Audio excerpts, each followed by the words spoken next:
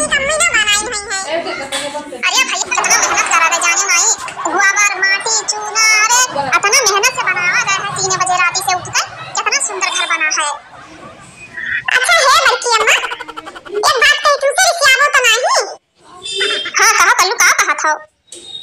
अरे बड़की अम्मा ये कहत रहन कि अपनी बेसखा में हमार बियाह करा देती पर मैं सखा तो बहुत बढ़िया रहा।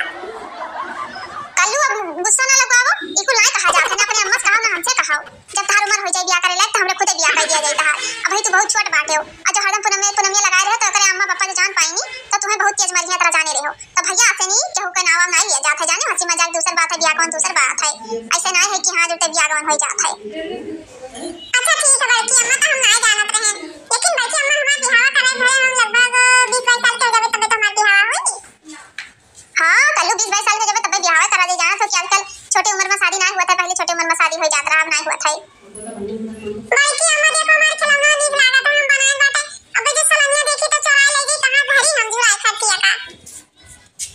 कहूं ना धरो खिलौना वाला नहीं बैठा रहा मैं उठेबो हले मोलन धरबो तो बेकार हो जी कबस नहीं बनावा कितना सुंदर लागत रे कलवा देखे मैं मटिया के खिलौना वा हमारे सब जनी नान रहनी तो हमार बहनिया रे हमरे कुछ में भेवो रहाई ऐसे खेला जात रहा माटी के खिलौना बनाए बड़ा नीक लागत रहा रे कलवा।